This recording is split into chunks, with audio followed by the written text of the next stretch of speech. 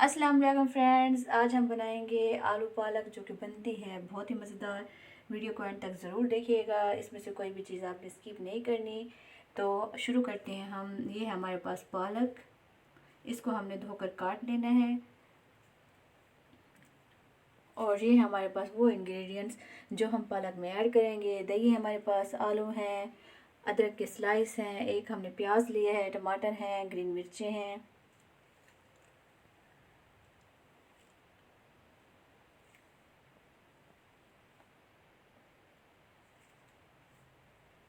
ये हमारे पास साबित मिर्च थी जिसको हमने पीस कर इस तरह बना लिया है।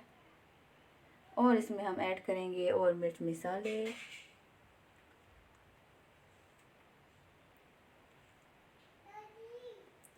और इसमें हम ऐड करेंगे थोड़ी सी हल्दी, नमक, गरम मसाला, थोड़ी सी कलौंजी हम इसमें ऐड करेंगे।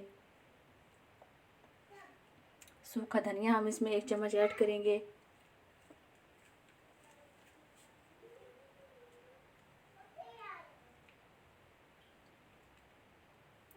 और साथ ही मैं आपको बताते जाऊंगी कि किस तरह पालक तैयार करनी है आपने। गरम मसाला भी हम इसमें ऐड करेंगे, कलौंजी भी है। चैनल को सब्सक्राइब करना मत भूलिएगा।